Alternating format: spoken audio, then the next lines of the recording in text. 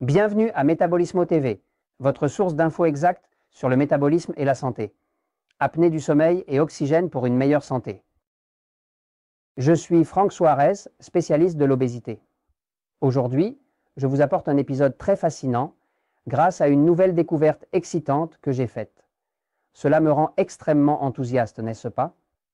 Mais pour faire partie de la solution dont je vais parler, de cette découverte, nous devons pratiquer des exercices spéciaux pour les muscles du visage et pour la partie de la trachée appelée oropharynx, qui est la zone par laquelle l'air pénètre lorsque nous dormons. Ces exercices sont essentiels pour améliorer notre santé et notre qualité de sommeil. Les personnes qui ont l'apnée du sommeil, de plus en plus de personnes ont l'apnée du sommeil. Les personnes qui souffrent d'apnée du sommeil se réveillent souvent au milieu de la nuit à cause d'une insuffisance d'oxygène dans leur organisme. En effet, des équipements de surveillance près du corps de la personne pendant son sommeil ont démontré qu'elle cesse de respirer pendant de longs moments, jusqu'à 10 secondes, n'est-ce pas? Quand il arrête de respirer, plusieurs choses se produisent. La première chose est qu'il abaisse le niveau d'oxygène à un niveau insoutenable, et au lieu d'être un sommeil profond, c'est un sommeil très agité. Et les palpitations. Les palpitations augmentent de 30 à 40%. C'est-à-dire qu'une personne qui peut avoir un pouls peut-être de 60, 65, 70 monte soudainement à 110, 120, n'est-ce pas? Évidemment, elle s'agite. Quand elle s'agite, cette personne, en plus d'avoir une apnée du sommeil, aura peu d'oxygène et se réveillera le lendemain avec une glycémie très élevée. Quand il a une glycémie très élevée, son ventre gonfle, il prend du poids, et quand il a une apnée du sommeil et parle souvent à une autre personne avant de s'endormir là-bas, le cerveau, qui est le plus grand consommateur d'oxygène du corps, ne peut pas fonctionner lorsque l'oxygène est bas. Il se déconnecte et les interrupteurs tombent. Georges, allons pratiquer les exercices. Georges, salut d'abord, ok? Bonjour, regardez d'abord. Les exercices qui sont faits, et je vais les expliquer tout de suite, sont des exercices qui ont à voir avec la restauration de la musculature du visage. Mais Georges, suis-moi ce que je vais te dire, d'accord? Tu dois sortir ta langue aussi loin que possible et la maintenir à l'extérieur. 1, 2 et 3, allez. Waouh, Georges! Waouh, Georges! Quelle grande langue tu as! Quel barbare! Quelle langue! D'accord, c'est incroyable, je suis épaté. Il y en a un autre où tu dois sourire de manière exagérée autant que tu le peux pour comprendre ici.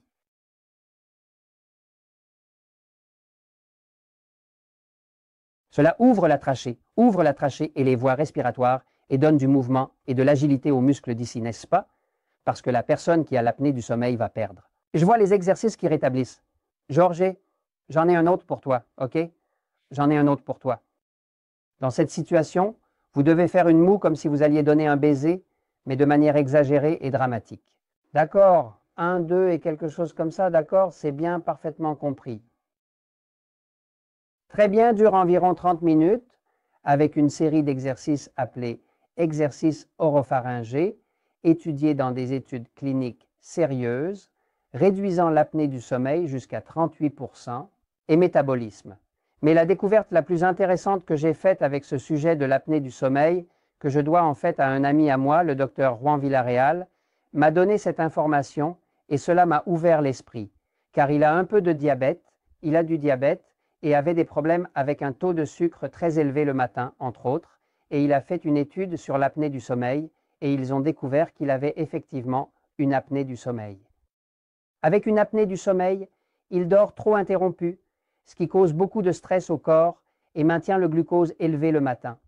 Il ne savait pas pourquoi le glucose était élevé et ne pouvait pas contrôler le diabète jusqu'à ce qu'il découvre l'apnée du sommeil. Heureusement, il a trouvé des exercices, y compris la respiration profonde. Une des choses qui a été découverte chez les personnes atteintes d'apnée du sommeil est qu'elles ont peu d'oxygène. La solution principale consiste à effectuer des exercices faciaux pour rétablir la musculature du visage, aider le pharynx à se reconstruire et lui donner de la force afin qu'il puisse se maintenir et ne pas s'effondrer pendant le sommeil. En plus de cela, la personne doit faire des inhalations profondes, car toutes les personnes atteintes d'apnée du sommeil respirent de manière trop superficielle. Ces exercices et ces inhalations permettent d'augmenter le niveau d'oxygène et d'améliorer la qualité du sommeil. Alors c'est une respiration profonde, la retenir et ensuite la laisser sortir, je recommence, la retenir et la laisser sortir. Et si vous faites cela pendant environ 15 minutes d'affilée, la première chose que vous pouvez remarquer est qu'en le faisant, vous allez commencer à transpirer. Et savez-vous pourquoi vous transpirez? Parce qu'en entrant autant d'oxygène, le métabolisme s'active et le corps se réchauffe. Et quand il se réchauffe, il commence à transpirer. Donc beaucoup de gens ont constaté qu'en faisant ces exercices de respiration profonde, ils perdent du poids. Et ils ont perdu jusqu'à 2 et jusqu'à 4 tailles, simplement en s'assurant de respirer profondément plusieurs fois par jour. On s'habitue à ne pas respirer profondément, à respirer superficiellement, à absorber peu d'oxygène, ce cause l'apnée du sommeil. Je me dirige rapidement vers le tableau pour expliquer brièvement un dernier point à ce sujet. Regardez attentivement. L'apnée du sommeil est étroitement liée à l'obésité et il est important de comprendre cette relation. En fait, il y a des personnes minces qui ont de l'apnée du sommeil. Maintenant, cela a beaucoup à voir avec l'obésité car l'apnée du sommeil est liée à une faible teneur en oxygène.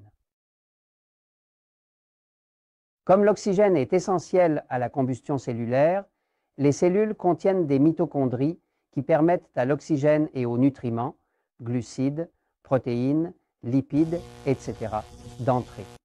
C'est là que se produit la combustion et la formation de l'ATP, qui est l'adénosine triphosphate, la principale source d'énergie du corps et du métabolisme.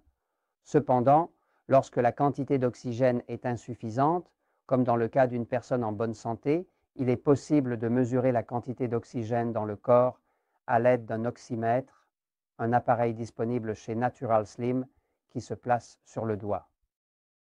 Eh bien, une personne normale se situe entre 94 et 96% de saturation en oxygène dans le sang, non? Quand il descend déjà à 90, il atteint la limite normale, n'est-ce pas? Mais qu'est-ce qui se passe? Une personne atteinte d'apnée du sommeil a passé des tests de nuit et on a constaté qu'elle peut descendre jusqu'à 60% d'oxygène la nuit, provoquant palpitations, augmentation du rythme cardiaque, augmentation de la pression, agitation du corps et augmentation de la glycémie, n'est-ce pas? C'est-à-dire que Juan a trouvé lors de l'étude c'était bas à 60%. Il a commencé à faire les exercices faciaux, n'est-ce pas? Et puis faites des exercices de respiration profonde, respirez profondément plusieurs fois, surtout le matin, mais chaque fois que vous le pouvez pendant la journée.